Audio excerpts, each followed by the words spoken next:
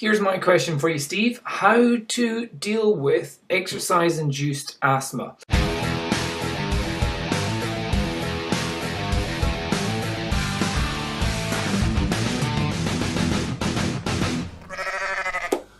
Hi guys, welcome back. Clash Fitness. Now then, Dom the Man Bauer has asked me a very serious question, and it's about asthma.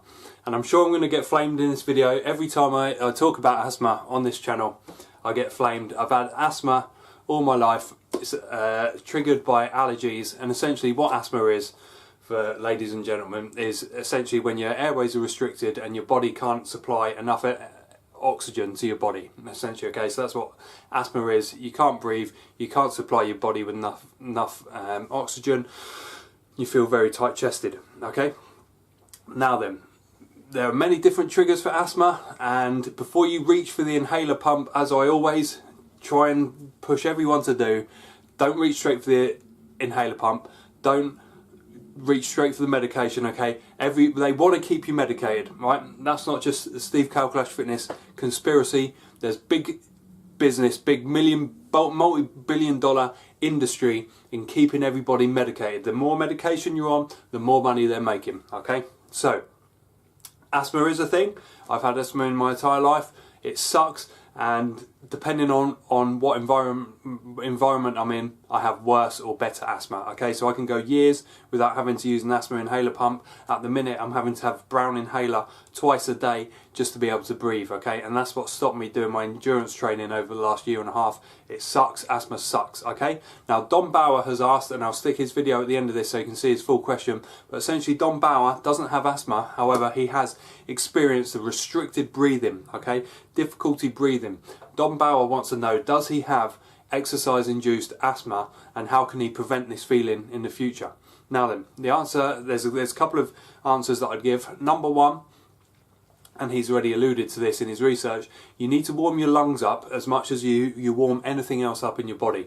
Don Bauer went out and ran cold. Okay, so the blood supply is not, you know, in your chest, in your lungs. You are not ready for a hard effort. If you just go out, boom, and hit it, your cardio system, nothing is ready. Okay, so just like you'd pull a muscle in your leg because they're not warmed up, your lungs as well need that time to warm up. You need to loosen up, okay, and get ready. And if you have asthma, that time increases. So if I walk up a flight of stairs, no matter how fit I am, I'll be out of breath quicker than someone that's super unfit. Okay, and that's just because of the fact that I need more time to warm my lungs up than most people do. However, once I get to that point of warmed up, then I absolutely obliterate everybody. Okay, but you have to know your own body.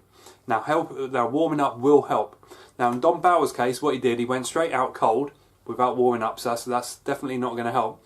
And I'm guilty of doing that too. What he also did, which I think is fantastic, and I encourage most people to do this, is he just found the steepest hill, and it's on his channel as well, so links down for his channel below. You can listen to his exotic accent as well down there. But what he did, he just found the steepest hill and he just started running up it, okay? And that's absolutely brilliant training. But asthmatic or not, when you hit a hard effort and you go anaerobic, okay, you're going to have struggle breathing. Asthmatic or not, okay? And that is not a case of needing an asthma inhaler pump. That is fantastic training. You are going anaerobic, your body is struggling very hard to supply oxygen to your body, and you will just struggle to breathe. That's what anaerobic training is. That's normal, okay? And the more you do it, the faster you'll get, the more efficient you'll get at breathing. Your lung capacity will improve, your diaphragm will become stronger, and you'll just become a more efficient breather. Okay, swimming is fantastic exercise for that because you're having to force your breathing all the time. Swimming is one of the things that's made my running much better because you become used to having those big breaths, forcing those big breaths in. Hill running is another example. So in Don Bauer's case, he's gone out there, he's absolutely smashed these hills, and he's now struggling to breathe. He's really struggling to draw that air in. That you could call that asthma. Exercise-induced asthma, but I would just call that a hard effort, a good hard effort. That's not to say asthma induced by exercise doesn't exist. However, anybody, any human being on the planet that pushes them to that length, to that anaerobic length, is going to feel a tightness in their chest. They're going to feel it, okay, because their body is struggling to provide oxygen to their body. And really, that's what asthma boils down to, okay? Now, there could be other contributing factors like Don Bauer could have been allergic to the grass or something in the field, something like that, you know, location-based or atmospheric-based allergy-triggered asthma does exist. That's something I suffer with very badly.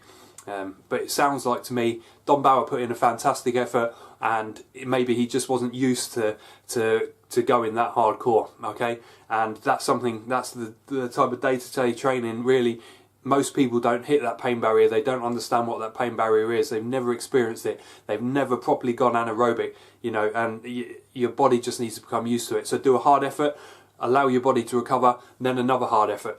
And over time, just constantly doing that will help. It will massively help.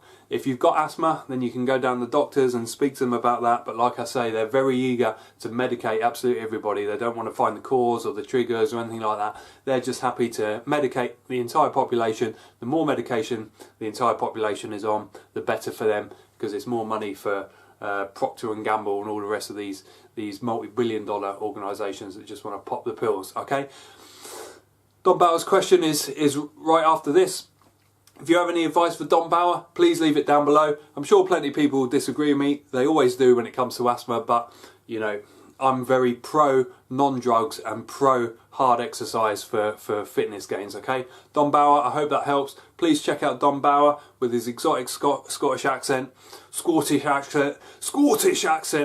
So guys, it's all good. Big Man to Iron Man vlog series coming soon as well, so please look out for that. But you guys know what to do in the meantime.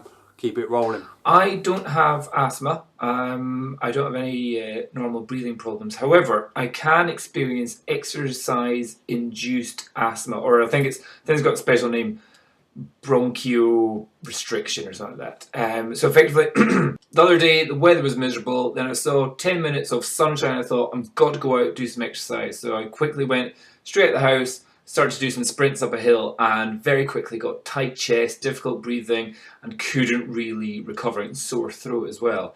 I've researched this, and it seems to be it's called exercise-induced asthma. The reason behind it seems to be not warming up properly and going from a sudden change of humidity in the air or air temperature from like a warm sitting in the house all day to outside in the cold.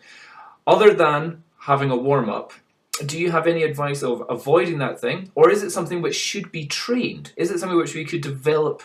Like if I did that every day, would I be able to stop getting exercise-induced asthma? It's like that sudden change from sitting doing nothing to doing intensive exercise on a hill, and getting the exercise-induced asthma. Is that something which I can train to?